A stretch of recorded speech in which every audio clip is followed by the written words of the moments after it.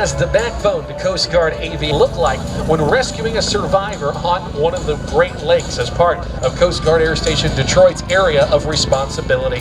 As our simulation unfolds, a boat has sent out a distress signal. The situation, a small fishing vessel taking on water with the crew moments from abandoning ship.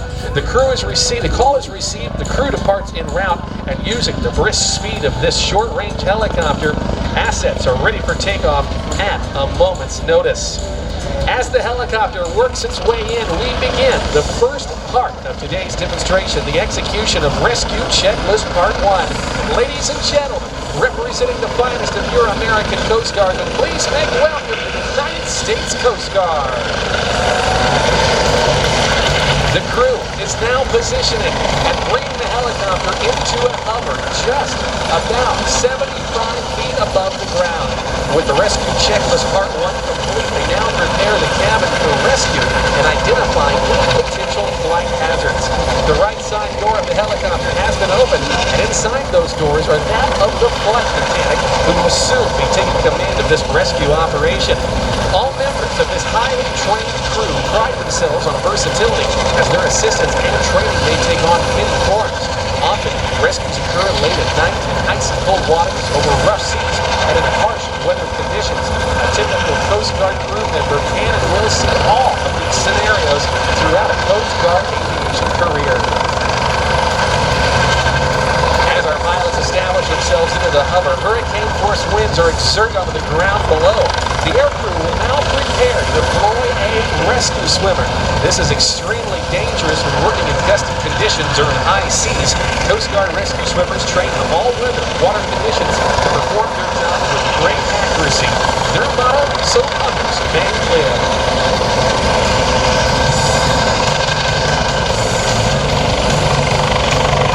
The United States Coast Guard operates a fleet of 93 MH-65 Dolphins, with several of them operated by Coast Guard Air Station Detroit.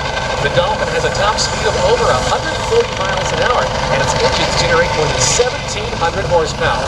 They are among the most versatile assets in the Coast Guard's inventory.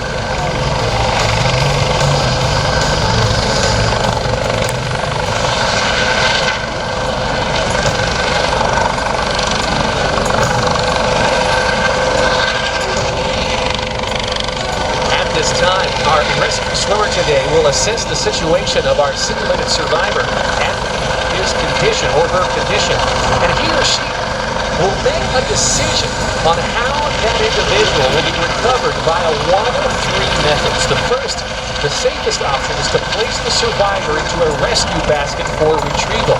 That's what we'll be seeing demonstrated today. Another option for retrieval is something that looks similar to a horse collar, pulling over the shoulders and the arms and lifting them up. That's called a rescue strap.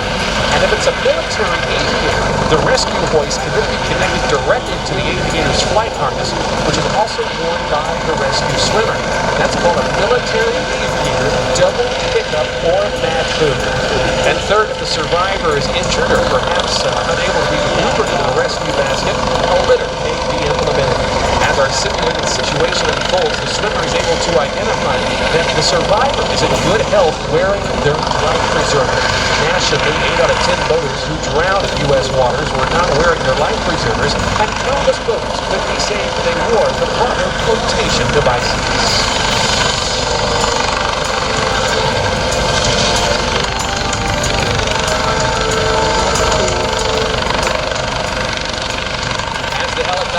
Continues in this hovering configuration, the pilots are unable to see the target area below. And in a real-world environment over the water, they would want to spend as little time as possible over top of the rescue swimmer and the survivor due to that very harsh downwash of the Dolphin's 39-foot, 2-inch rope overhead. Rescue swimmers are critical members of this most important team today. A training mission here at today's air show, but a walk in the park for what these fit individuals typically have to do, often at night in horrible weather, high seas, and gale-force winds.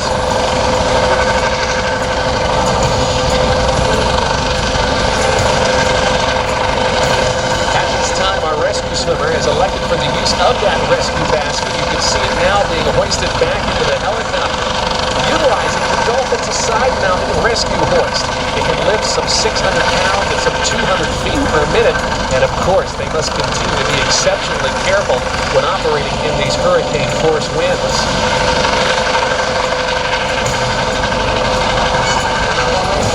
The MH-65 Dolphin today is commanded by that of Lieutenant Commander Adam Schur and Lieutenant Zach Osborne. They are supported by the flight mechanic, AMT-2 Jordan Buchanan, and the rescue swimmer today is AST-2 Caleb McFarland.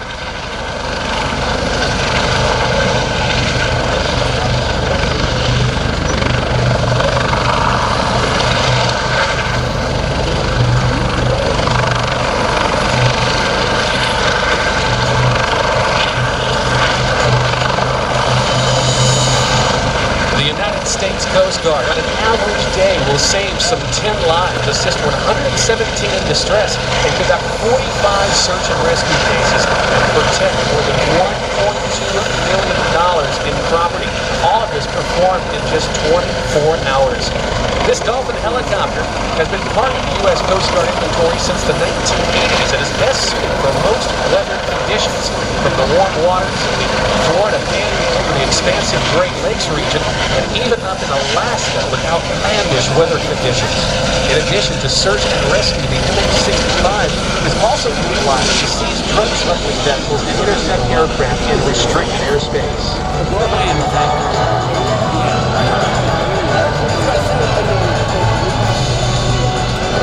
Dolphin crews are extremely talented. They are so well trained and standardized that members of other air stations who have never met one another can walk up to an aircraft, take their positions, and perform the mission flawlessly, courtesy of just how well the training programs are as part of Coast Guard aviation.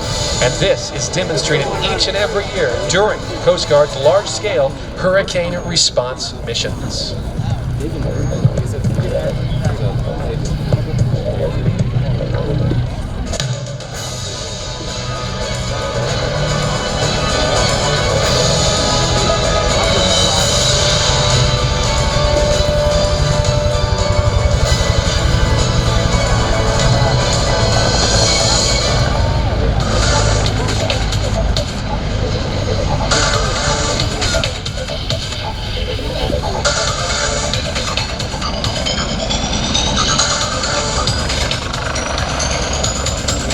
Now, to hover a helicopter in no wind at all takes a great deal of skill. It's they say it's sort of like standing on a beach ball, rubbing your tummy and patting your head all at the same time. Both hands and feet stay very busy, keeping precise control of the helicopter in all three dimensions.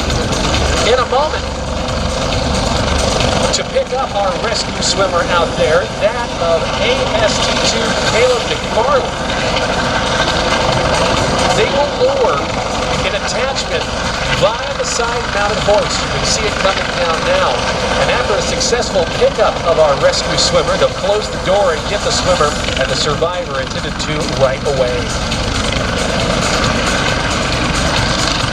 While our simulated situation continues, Rescue Checklist Part 3 is now prepared, ensuring the cabin, equipment, and personnel are ready for a rapid departure from the surface environment.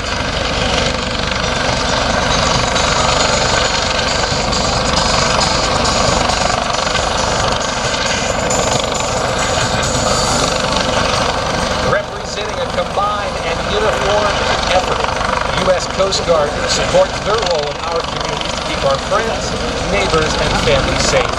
Right alongside the Army, the Navy, the Air Force, the Marine Corps, and now the Space Force, this is the 5th branch of our United States military. They are a component of the Department of Homeland Security, and they remain at the ready to defend our inland and coastal waters.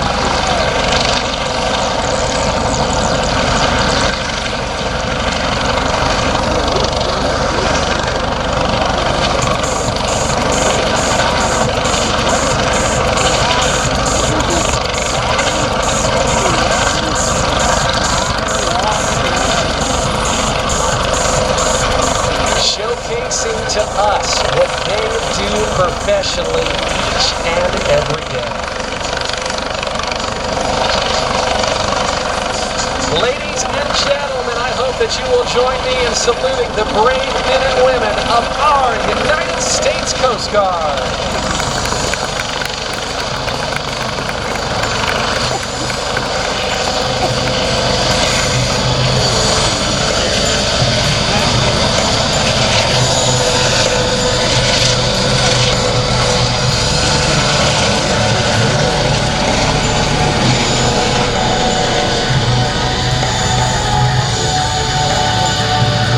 This concludes today's Coast Guard search and rescue flight demonstration. And on behalf of the men and women of Coast Guard Air Station Detroit and Commanding Officer Kyle Russell, they are most honored to serve you and thank you for your support. If you're interested in finding out more about the opportunities to serve in your United States Coast Guard, you can visit with the recruiters today or visit them online at Go Coast Guard.